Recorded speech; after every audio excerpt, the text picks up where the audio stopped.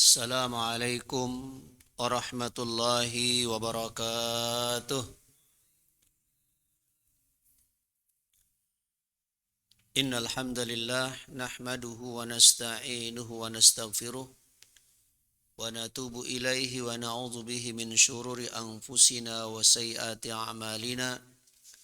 May yahdihillahu fala mudhillalah wa may yudlilhu fala hadiyalah.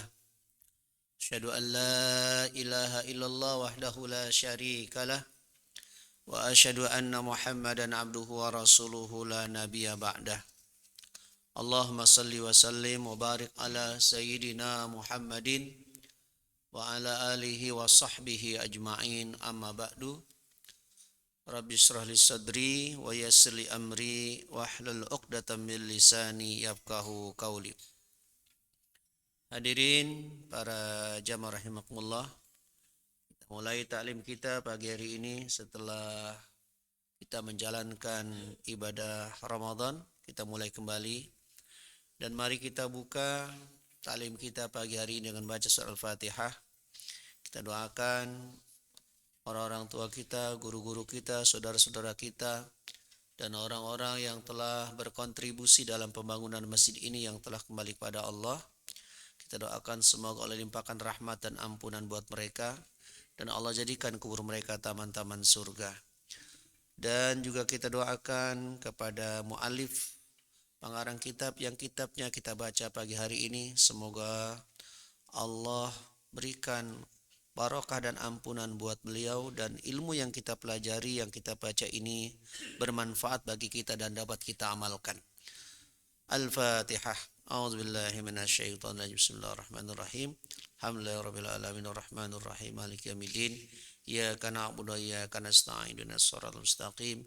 Shiratal ladzina an'amta 'alaihim ghairil maghdubi 'alaihim waladdallin. Para jamaah rahimakumullah, saya ucapkan minal aidil faizin, taqabbalallahu minna minkum, kullu amin wa antum bi khair. Dan saya mengingatkan kepada jamaah yang belum lengkap puasa Syawalnya, masih ada waktu, ya, masih ada waktu. Karena kata Rasul, man shoma ramadhana fa atba'ahu bisittati min syawalin kana kaman shoma dahr. Barang siapa yang berpuasa Ramadan kemudian dilanjutkan dengan 6 hari bulan Syawal, maka dia seakan-akan berpuasa dalam 1 tahun. Karena likulli hasanah asrah, setiap satu kebajikan dibalas 10, berarti 30 hari berarti 300, kemudian 6 hari berarti 60, berarti setara dengan 360 hari, itu adalah jumlah bilangan 1 tahun. Masih ada waktu yang belum sempurna, biar supaya puasa kita menjadi lengkap dan mendapat nilai pahala seakan-akan kita berpuasa 1 tahun. Yang kedua, mungkin ke depan bagi jamaah yang punya rezeki silakan beli bukunya Kitab Riyadhus Shalihin. Karena kita bukan ceramah tapi kita ngaji, minimal di rumah kita ada perhiasan, di samping Al-Quran juga ada kitab hadis. Nah, kitab hadis mungkin yang paling sederhana, yang mengambil dari berbagai macam buku-buku yang lain, yaitu adalah kitab hadis Riyadhus Shalihin. Biar supaya ketika saya baca, kemudian para jamaah bisa melihat apa yang kita baca, dan mungkin kalau ada hal-hal yang mungkin dari rumah sudah ingin disiapkan pertanyaan, bisa kita diskusikan di tempat ini, yang kalau nanti tidak selesai kita akan cari jawabannya sama-sama. Kita masuk kepada masih bab kedua, ya, tentang taubat. Ya, hadis yang ke-8. Wa an Abi Sa'd bin Malikin bin Sinani al-Khudri radhiyallahu anhu. Dari Abi Sa'id. Abi Sa'id ini adalah kunyah, panggilan. Kalau ada orang misalnya namanya Mahmud tapi punya anak namanya Abdullah, maka dia panggil Abu Abdillah. Nah, itu namanya kunyah. Kalau di Betawi, ya, itu kadang-kala orang memanggil bukan manggil nama orang itu, tapi manggil nama anaknya. Kalau ditahu misalnya namanya Salbini, anaknya Fauzan, Bapak Fauzan, panggilnya Bapak Fauzan. Itu sama dengan orang Arab kira-kira gitu kalau manggil orang ya. Abi Sa'id namanya adalah Sa'ad bin Malik bin Sinan Al-Khudri. Sa'ad bin Malik bin Sinan. Sa'ad ini adalah seorang sahabat. Dan ayahnya juga Malik bin Sinan juga sahabat. Al-Khudri ini nama tempat, ya nama tempat. Ada yang mengatakan Khajras, ada yang mengatakan namanya Umul Bahar. Ya. Di mana Sa'id Al-Khudri ini dua-duanya, ayah dan anaknya dua-duanya adalah sahabat. Ya. Dan Sa'ad bin Malik ini meriwayatkan hadis sekitar 1170 hadis dari Rasulullah SAW. Sebagian hadisnya ada di Sahih Bukhari, sebagian ada di Bukhari saja, sebagian ada di kitab Muslim saja, dan ada di tempat yang lain. Nah, beliau ini wafat pada tahun 64 Hijriah, ada yang mengatakan wafat pada tahun 70 Hijriah, dan beliau dikuburkan di Baqi. Beliau adalah dari suku Ansor, ya, orang Madinah. Di mana Abi Sa'id, Sa'ad bin Malik bin Sinan Al-Khudri radhiyallahu anhu ini mengatakan, anna Rasulullah sallallahu alaihi wasallam qala. Kata beliau, Rasulullah sallallahu alaihi wasallam telah bersabda. Di mana Sa'ad bin Malik ini ingin menjelaskan tentang hadis yang disampaikan oleh Rasul, anjuran orang untuk bertaubat. Sebesar apapun salah seseorang, maka dia apabila bertaubat, pasti taubatnya akan dikabul. Taubatnya akan diterima oleh Allah Subhanahu wa taala. Karena sesungguhnya tidak ada orang yang soleh itu kecuali, atau tidak ada orang yang soleh yang tidak punya masa lalu. Kita ini sekarang udah tua-tua, mungkin sekarang kita alhamdulillah sudah rajin sholat, rajin ke masjid. Waktu kecilnya kita, waktu mudanya kita bisa jadi kita ini malas-malas ya. Mungkin disuruh sholat sama orang tua suka membantah ya. Saya dulu kalau bangun tidur nggak mau bangun ya sama orang tua disiram ya. Kalau sekarang anak disiram marah ya. Kalau kita dulu biasa, orang tua kita bangunin anak buat sholat itu luar biasa. Serius. Kalau sekarang banyak orang-orang tua yang kasihan sama anaknya. Apalagi kata orang tuanya, biarin bocah lagi capek banget, entar-entaran baik kata dia. Kata orang tua ini. Entar-entar aja banguninnya katanya. Padahal sesungguhnya itu berarti orang tuanya gak sayang sama anaknya. Kalau orang tuanya sayang sama anaknya, ketika anaknya belum bangun sholat, maka dia harus paksa anaknya untuk sholat terlebih dahulu. Kenapa? Kalau orang tuanya tidak membangunkan anak untuk sholat, bisa jadi orang tuanya berdosa, anaknya juga berdosa. Ya. Makanya Rasul menganjurkan kepada orang tua untuk nyuruh anaknya sholat, padahal anaknya baru 7 tahun. Muru sibyanakum bis sholah. Suruh anak kamu sholat. Wa huwa sab'u sinin. Ketika dia baru berumur 7 tahun. Padahal 7 tahun itu belum wajib sholat, belum balik. Artinya kalau anaknya tidak sholat, anaknya gak dosa. Tapi orang tuanya yang tidak menyuruh anaknya sholat, orang tuanya pasti berdosa. Kenapa? Karena dia tidak melaksanakan perintah Nabi kita Muhammad SAW. Jadi Bapak Ibu kita semua yang punya anak, yang musa anak terutama anak-anak yang masih remaja, ya, jangan sampai kita lupa, kita rajin ke masjid, kita rajin tahajud, rajin ibadah, tapi kita enggak pernah nyuruh anak-anak kita untuk ibadah. Jadi bisa jadi akhirnya ibadah kita ini ditolak oleh Allah. Karena apa? Karena kita hanya menikmati kesolehan dengan sendirian, sedangkan kesolehan itu kita tidak tularkan kepada anak-anak kita. Padahal anak kita itu adalah amanah yang Allah berikan kepada kita. Nah, maka Sa'ad bin Malik bin Sinan ini mengatakan Rasulullah pernah bersabda. Nah, ini adalah Rasul bercerita tentang kisah pada masa lalu. Orang-orang dahulu. Kana fi man kana qablakum. Ada orang sebelum kalian. Jadi bahasa kita dulu, ya, ada seseorang, ya, kira-kira gitu. Ya. Rajulun qatala tis'atan wa tis'ina nafsan. Ada orang yang hobinya membunuh. Salah dikit, bunuh. Pokoknya sama orang itu sangat sangar. Sering sekali bermusuhan dengan siapapun. Dan ujung-ujungnya dia membunuh. Di mana Rasul mengatakan dulu ada seseorang yang telah membunuh 99 orang.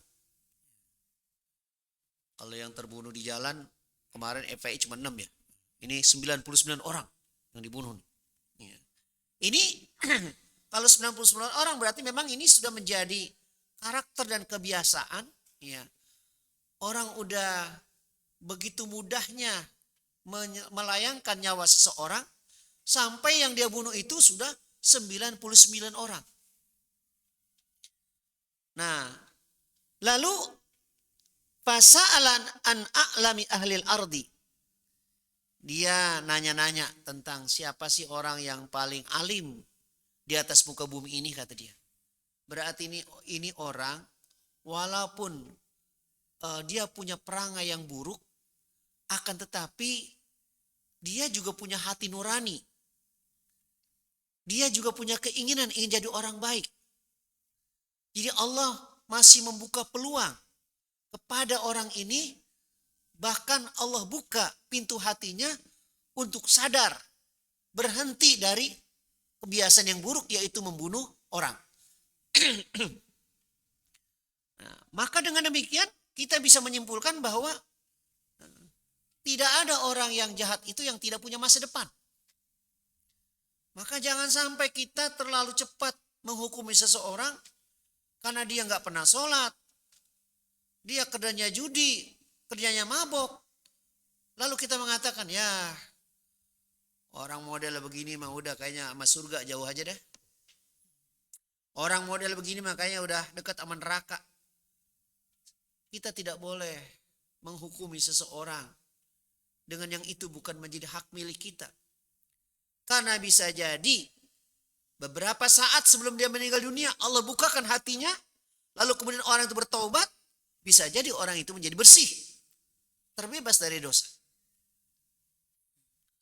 Makanya ada ulama kita mengajarkan, termasuk Imam Ghazali, kalau kita melihat ada orang atau ada orang yang bodoh, orang yang melihat itu harus punya perasaan. Bisa jadi orang bodoh itu lebih baik daripada dia. Kenapa? Orang bodoh itu dia berbuat dosa karena kebodohannya. Tetapi kita di saat kita berbuat dosa, kita tahu itu dosa. Kalau kita melihat orang tua, maka kita yakin bisa jadi orang tua itu amal solehnya sudah lebih banyak. Kenapa? Karena umurnya sudah lebih banyak daripada kita. Kalau ketika kita melihat anak yang lebih muda atau orang yang lebih muda, kita meyakini bahwa orang muda itu bisa jadi lebih baik daripada kita. Karena apa? Karena dia dosa masih sedikit. Ya. Kita yang sudah lebih tua, umur kita lebih banyak, dosa kita lebih banyak. Ya. Bahkan bisa jadi ketika kita melihat ada orang kafir, bukan muslim, bisa jadi orang itu ke depan bisa lebih baik daripada kita. Kenapa? Bisa jadi Allah bukakan dia pintu hidayah, lalu kemudian dia masuk Islam. Kemudian dia meninggal dunia. Sedangkan kita tidak tahu bagaimana kematian yang akan menjemput kita. Nah, kita di sini jangan terlalu cepat menghakimi seseorang. Walaupun itu orang yang selama ini kita lihat adalah bukan orang baik, bukan orang soleh.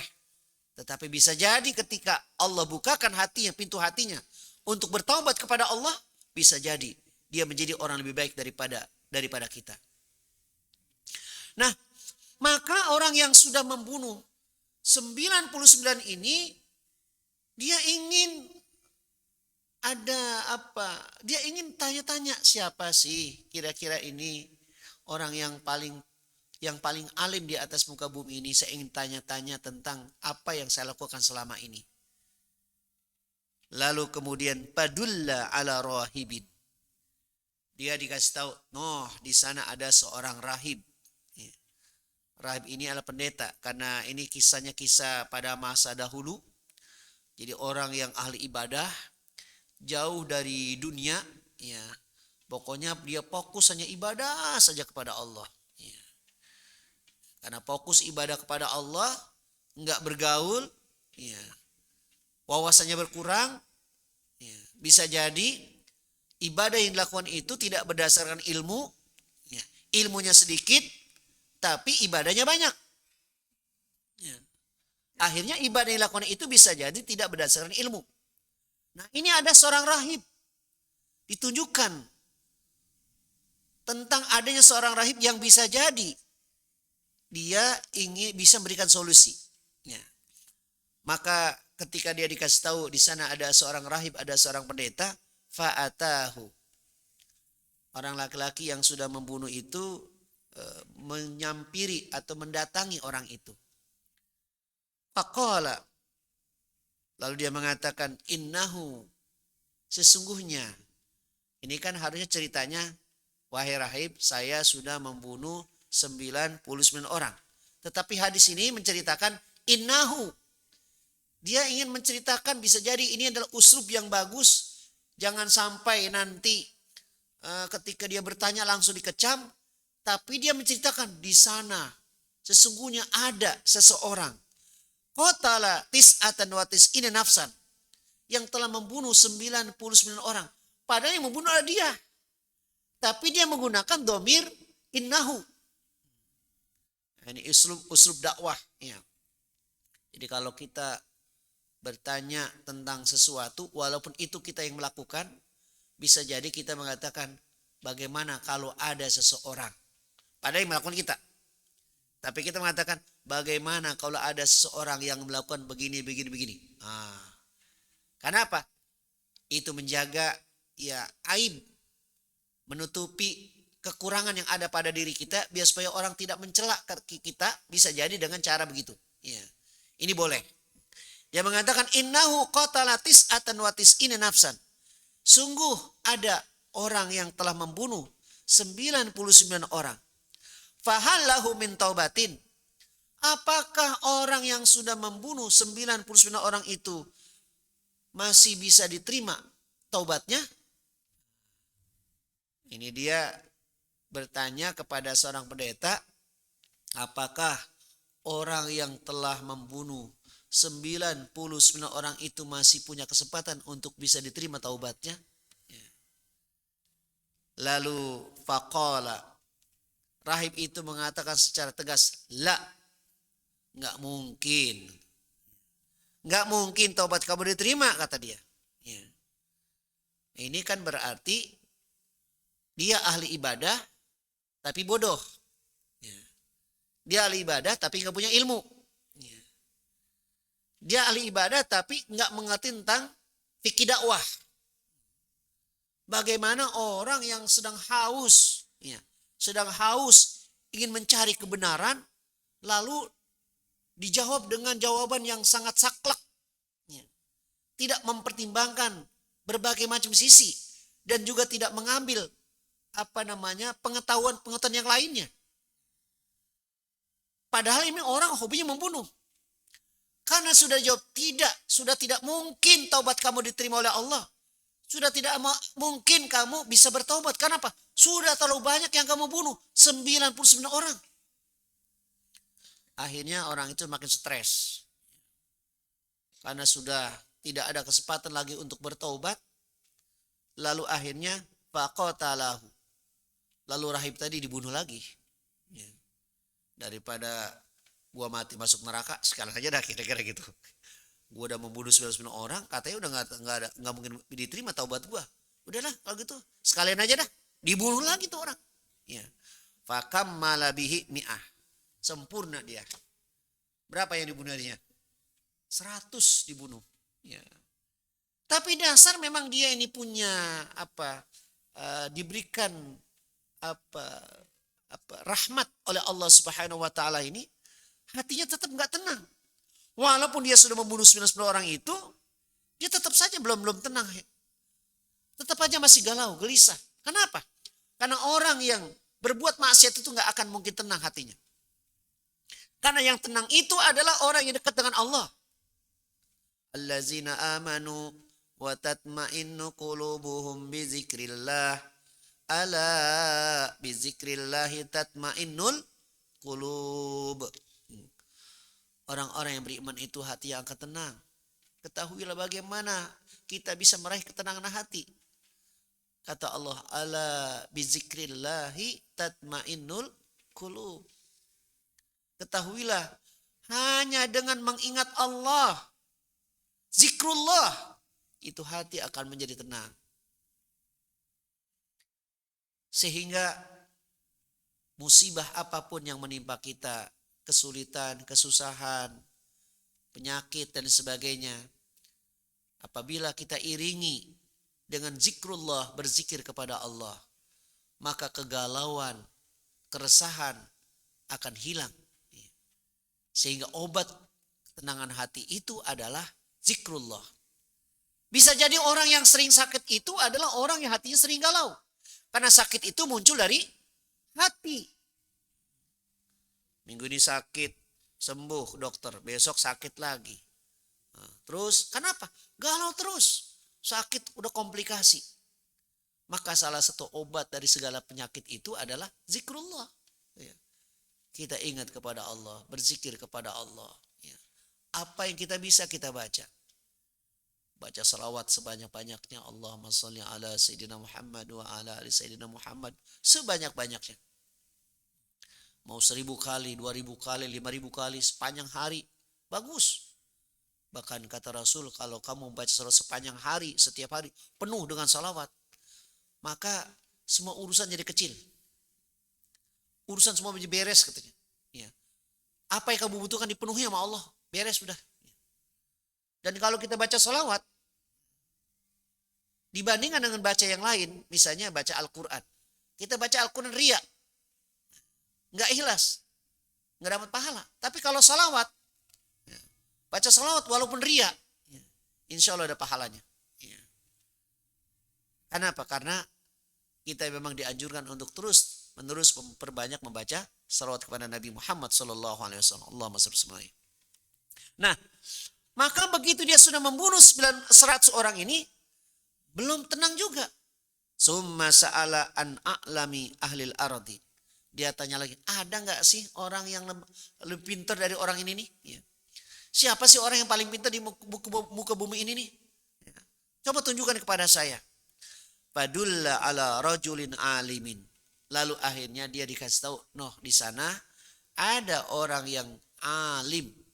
Ya, orang yang alim. Orang yang berilmu. Orang yang berilmu.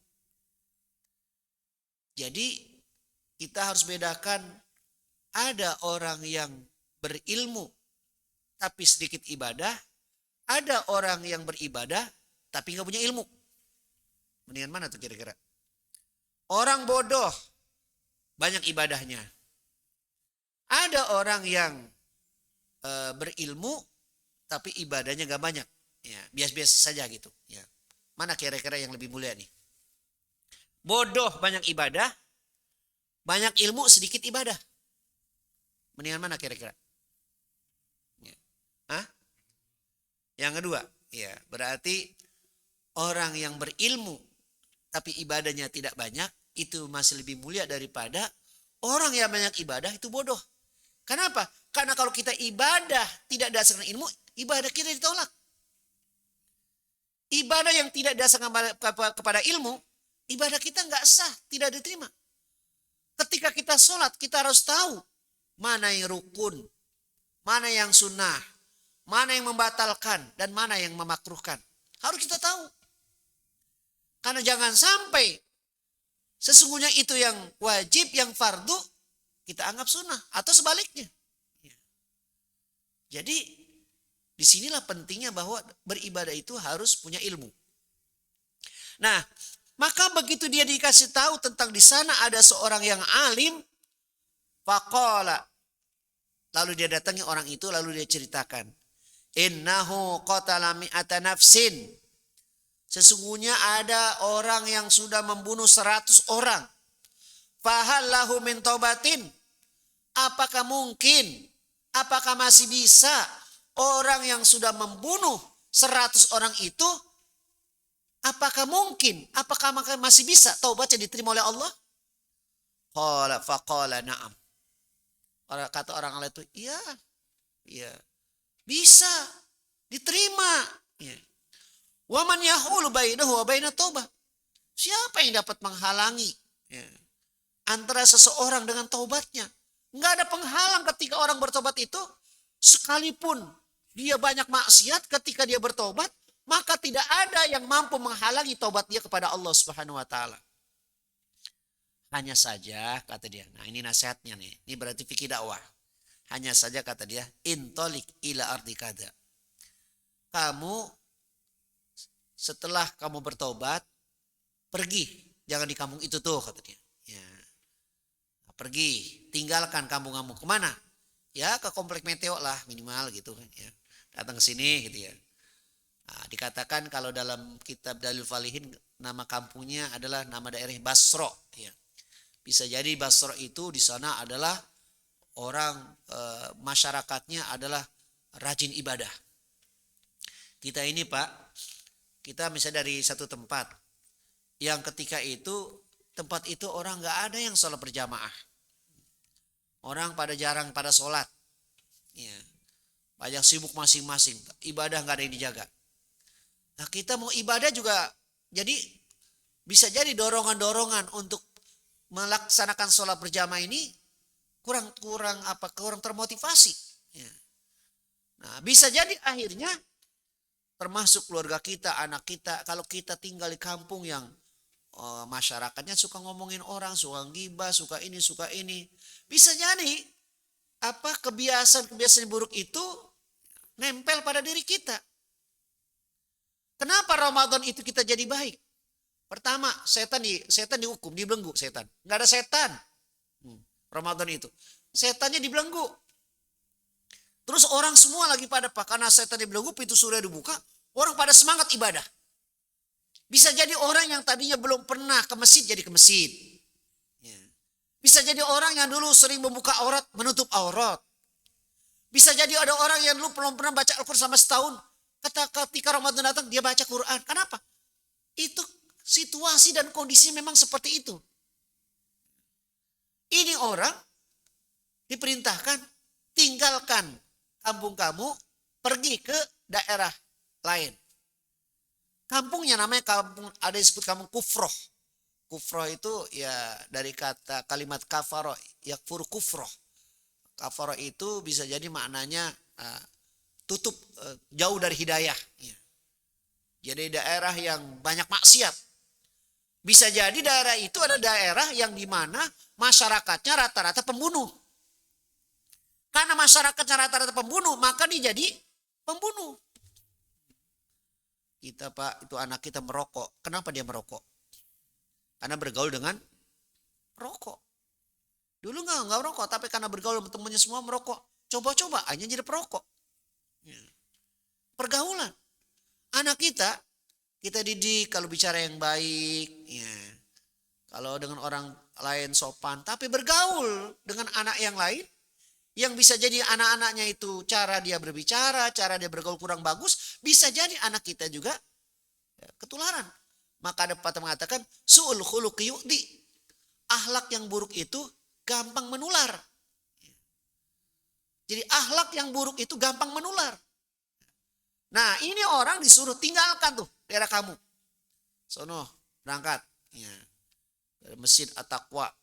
Itu masyarakatnya Masya Allah. Penuh jamaahnya di situ. Orang semua pada rajin sholat berjamaah. Ya. Gak ada rumah orang yang masyarakat yang tidak berjamaah. Semuanya berjamaah. Kira-kira gitu. Nah, tinggalkan daerah kamu. Nah ini pesannya adalah untuk bisa istiqomah taubatnya itu, tinggalkan kebiasaan yang buruk itu, ya. Kebiasaan yang buruk itu dengan cara apa? Di daerah kamu, di mana masyarakatnya adalah masyarakat yang buruk, banyak melakukan kesalahan, kejahatan, maka pindah, hijrah kamu. Ya. Maka sekarang ada orang istilah kaum muhajirin, orang-orang yang hijrah, ya. Orang-orang yang hijrah. Dulu pemabuk, sekarang taubat, taat kepada Allah, ya. Makanya kata Imam Ghazali itu, yang namanya taubat itu minimal ada 3 unsur. Pertama adalah dia harus memiliki ilmu, punya pengetahuan. Apa pengetahuan yang harus dimiliki itu? Pengetahuan tentang bahayanya dosa. Ini orang tahu membunuh itu bahaya, membunuh itu dosa, membunuh itu tidak baik. Dia tahu, dia sadar. Nah, ketika dia sadar bahwa membunuh itu bukan amal baik, membunuh itu adalah amal yang buruk, dia sudah sadar nih. Berarti dia sudah punya pengetahuan. Meningkat kepada al-hal, kondisi. Di saat dia membunuh orang, dia tahu orang itu punya istri, punya anak. Maka bagaimana nasib istrinya, bagaimana nasib anaknya. Maka dia merenung, Masya Allah, itu perbuatan dosa saya. Sungguh menyakitkan hati saya. Saya menyesal atas apa yang pernah saya lakukan. Nah, jadi pertama dia punya pengetahuan dulu, yang kedua dia sudah sadar. Ya, sudah sadar. Nah, setelah dia sadar, ada action, ada aksi. Bagaimana aksinya?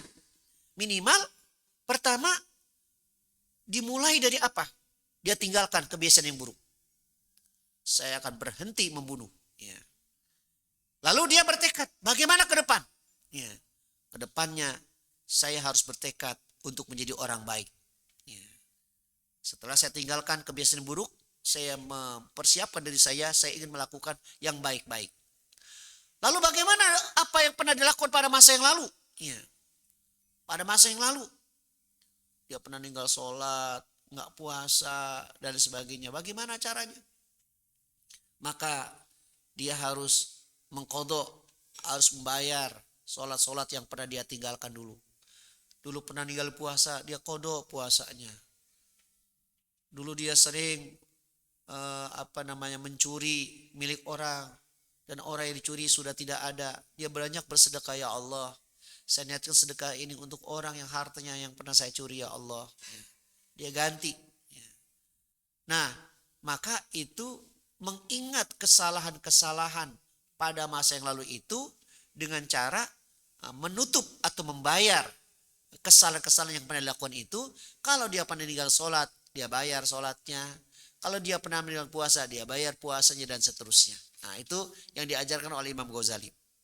Nah, ini orang pindah, jauhkan tempat kamu dan pergi ke tempat yang dimana orang itu di sana adalah masyarakat yang baik.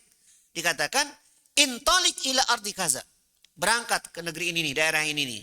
Ya, tadi saya sebut daerah Basra namanya. Ya. Fa innaha wa kaza fa inna biha unasan ya'buduna Allah Ta'ala. Kenapa?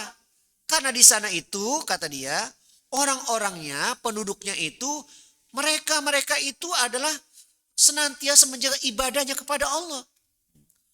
Masyarakatnya masyarakat yang cinta ibadah kepada Allah. Fa'budillah ma'ahum. Gabunglah kamu bersama mereka, beribadahlah bersama mereka. Subhanallah, kalau kita bertemu dengan orang baik, orang soleh, kita pindah tempat, masyarakatnya adalah masyarakat yang gemar ibadah kepada Allah, maka kita yakin perilaku kita, kemudian kebiasaan kita, keadaan kita akan berubah. Maka kita pun bisa jadi akan menjadi orang baik karena bersahabat, berteman dengan orang baik. Makanya kita dianjurkan untuk memperbanyak sahabat-sahabat, memperbanyak orang-orang soleh. Karena sesungguhnya orang yang miskin itu adalah orang yang tidak punya teman. Jadi orang miskin itulah bukan orang yang tidak punya harta. Tapi orang miskin itu adalah orang yang tidak punya teman. Tidak punya teman-teman baik. Karena kita butuh orang-orang yang memberikan petunjuk dan nasihat kepada kita. Karena kita sering lalai, kita sering lupa. Ada orang yang ingatin kita. Maka bersyukurlah ketika kita punya sahabat, punya teman yang senantiasa mengingatkan kepada kita. Jangan kita marah. Jangan kita merasa tersinggung di saat ada orang yang mengingatkan kepada kita. Kita bersyukur. Maka disitulah kita disebut sebagai orang yang kaya itu adalah orang yang memiliki banyak teman-teman soleh. Orang-orang baiknya. Karena dia akan selalu diingatkan, dibimbing, diajak bersama-sama untuk melakukan berbagai macam amal-amal kebajikan. Nah, jadi berangkatlah kamu ke negeri ini. Karena di sana orang-orangnya, penduduknya itu adalah ya'budunallaha ta'ala. Mereka adalah orang-orang yang senantiasa menjaga ibadahnya kepada Allah. Fa'budillaha ma'ahum. Dan beribadah kamu bersama mereka. Wala tarji ila ardika. Jangan kamu balik lagi kampung-kamu. Udahlah. Kampung-kamu tuh kampung yang brengsek. Orang-orangnya udah jangan balik lagi. Pindah sana. Kata dalam cerita ini, fa innaha ardusu, itu daerah yang jelek. Bukan daerahnya, artinya masyarakatnya. Masyarakatnya karena masyarakat jauh dari hidayah. Lalu fantolako. Nah, nurut ini orang yang membunuh tadi ini menerima saran itu, berangkatlah dia, fantolako. Hatta idza nasafa tariqa. Di saat dia sampai di tengah jalan, atahul mautu, meninggal dunia. Subhanallah. Baru saja dia bertaubat kepada Allah. Lalu dia ingin menuju tempat yang baik. Tiba-tiba di tengah jalan dia meninggal dunia. Fahtasomat fihi malaikatur rahmah wa malaikatul azab. Digambarkan dalam hadis ini. Itu malaikat, ada malaikat rahmat, ada malaikat azab. Dia berselisih. Kenapa berselisih? Karena bisa jadi berbeda pandangan. Karena malaikat juga tidak mengetahui hal-hal yang gaib. Yang mengetahui perkara-perkara gaib hanyalah Allah Subhanahu wa taala. Faqalat malaikatur rahmah. Berkatalah malaikatur rahmah. Ja'ata iban muqbilan biqalbihi ila Allah taala. Ini orang berangkat ke sini adalah orang yang sudah bertobat kepada Allah. Dan taubatnya bukan sebarang taubat, tapi dia sudah ikhlas. Punya tujuan yang baik. Sampai dia tinggalkan kampungnya itu, walaupun mungkin di kampungnya punya segala berbagai macam, dia tinggalkan kampungnya itu. Dia pindah. Pindah ke tempat di mana penduduknya lah orang-orang yang rajin ibadah kepada Allah. Maka di saat itu dia sudah ikhlas. Sudah benar-benar bertobat kepada Allah Subhanahu wa taala, dia ingin berbuat baik. Tiba-tiba meninggal dunia. Berarti walaupun dia ini belum sampai ke tempat tujuan, belum sempat berbuat baik, tapi dia sudah bertobat. Dia sudah bertekad untuk melakukan kebaikan-kebaikan. Maka kira-kira bahasa kita, ini adalah bagian saya. Waqalat malaikatul azab. Kata malaikat azab, nggak bisa begitu aja, kata dia. Ini harus kita lihat apa kebaikan yang sudah lakukan. Dia belum berbuat kebaikan apa sedikit pun, kata dia. Ini kan digambarkan seakan-akan ini malaikat rahmat diberikan oleh Allah kemampuan untuk melihat hati dia. Hati orang ini di mana dia melihat ini orang sudah betul-betul ikhlas bertaubat kepada Allah, sudah bertekad untuk berbuat baik. Maka ini adalah bagian dari kebaikan. Malaikat azab melihat secara zahir aja. Mana kebaikan dia lakukan? Apa kebaikan yang sudah dilakukan? Dia belum berbuat baik apa-apa. Nah, kira-kira begitu. Innahu lam ya'mal khairan qattun. Dia belum sama sekali melakukan kebajikan. Fa'atahum malakun. Lalu Allah Subhanahu wa taala mengirim kepada mereka malaikat. Fi surati adamiyin. Dalam bentuk manusia. Faja'aluhu bainahum. Maka malaikat yang diutus itu berada di tengah-tengah. Nah, di tengah-tengah antara malaikat azab dan malaikat rahmat. Ngapain? Hakaman, menjadi hakim. Dia menjadi hakim. Ini yang satu diberikan kemampuan melihat hati orang yang bertobat ini sehingga dia menilai ini orang sudah bagus, sudah baik. Yang satu melihat secara zahir memang dia belum melakukan kebaikan sama sekali. Malaikat itu menjadi hakim di antara mereka. Faqala, begini saja katanya. Karena hakim harus berlaku adil. Saya tidak bisa menetapkan ini buat ini buat ini. Tapi sekarang solusinya adalah kisu, ukur sekarang. Ma bainal arda ini di antara dua daerah yang ditinggalkan. Fa ila ayatihima kana adna fahuwalahu. Daerah yang sudah lebih dekat itu menjadi milik dia. Jadi coba ukur mana nih? Mana daerah yang sudah lebih dekat? Tempat yang dituju atau tempat yang ditinggalkan? Kalau tempat yang ditinggalkan masih lebih dekat, itu berarti bagian malaikat azab. Tapi kalau tempat yang sudah dituju itu sudah lebih dekat, berarti itu bagian malaikat rahmat. Faqasu, lalu diukurlah. Bahwa jaduhu, lalu mereka setelah mereka ukur, mereka mendapatkan atau mereka mengetahui adna ilal ardi allati arada. Ternyata tempat yang mau dituju sudah lebih dekat. Ya, tempat yang mau dituju itu sudah lebih dekat daripada tempat yang ditinggalkan.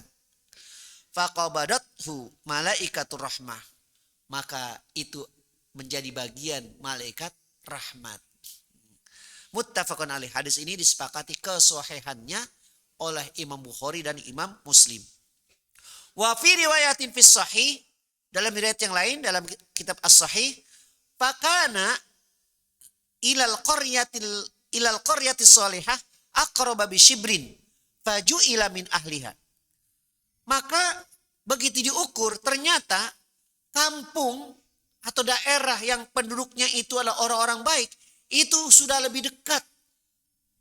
Di mana jarak yang dekatnya itu hanya 1 jengkal. Sudah lebih dekat. Bedanya hanya 1 jengkal saja. Ya. Udah lebih dekat tempat yang dituju. Faju ila min ahliha. Maka karena tempat itu sudah lebih dekat, tempat yang dituju sudah lebih dekat, di mana di situ adalah orang-orang baik, maka orang itu dijadikan salah satu penduduk dari penduduk itu. Artinya dia termasuk penduduk yang berada di tempat yang baik. Berarti dia termasuk adalah penduduk yang baik karena dia berada di situ. Diakui keberadaannya. Wa fi riwayatin fi sahih, dalam riwayat yang lain dalam kitab sahih, fa auhallahu taala ila hazihi. Allah mengutus memberikan wahyu kepada hal persoalan ini, antaba adi wa ila hazi antaqarabi. Mana yang lebih jauh dan mana yang lebih dekat. Ya. Mana yang lebih jauh dan mana yang lebih dekat. Qala kisu ma bainahuma. Lalu dia mengatakan coba ukur di antara keduanya itu. Mana yang lebih dekat dan mana yang lebih jauh. Fawajadu ila hazi aqraba bisyibrin. Maka setelah mereka ukur ternyata tempat yang dituju itu sudah lebih dekat. Jaraknya, kelebihannya hanya 1 jengkal. Faghufira lahu, maka kemudian orang yang sudah membunuh 100 orang itu dosanya diampuni oleh Allah Subhanahu wa taala. Wa fi riwayatin, dalam riwayat yang lain, fana'a bisadri nahwaha. Maka ketika itu dia sudah bersusah payah bangkit, ya. Bangkit untuk menjadi orang baik. Bersungguh-sungguh untuk jadi orang baik. Maka kebaikan yang dia sudah upayakan itu ternyata tidak sia-sia. Para jamaah rahimakumullah, kisah ini memberikan pelajaran yang sangat berharga bagi kita semua, ya. Di mana Nabi kita ini dalam memberikan nasihat kepada kita, salah satu uslubnya adalah memberikan kisah-kisah inspiratif, kisah-kisah yang memberikan pelajaran kepada kita. Kenapa? Karena orang senang kalau dikasih kisah. Anak kita pun kalau kita mengajarkan mereka itu, kita beri dengan kisah-kisah yang baik, kisah-kisah yang menarik, maka bisa jadi pengaruhnya lebih besar daripada omongan biasa. Nah, ini Nabi kita Muhammad SAW memberikan kisah yang sangat penting, yang sangat berharga bagi kita, ya.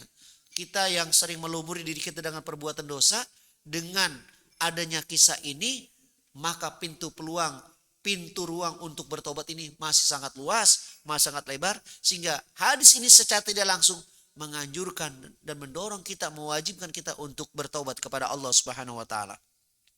Kemudian walaupun ini kisah-kisah pada masa dahulu, selama kisah-kisah dahulu itu tidak bertentangan dengan syariat Islam, maka maka harus diterima selama itu tidak bertentangan. Ya. Makanya banyak para ulama-ulama kita tuh banyak memberikan berbagai macam kisah-kisah.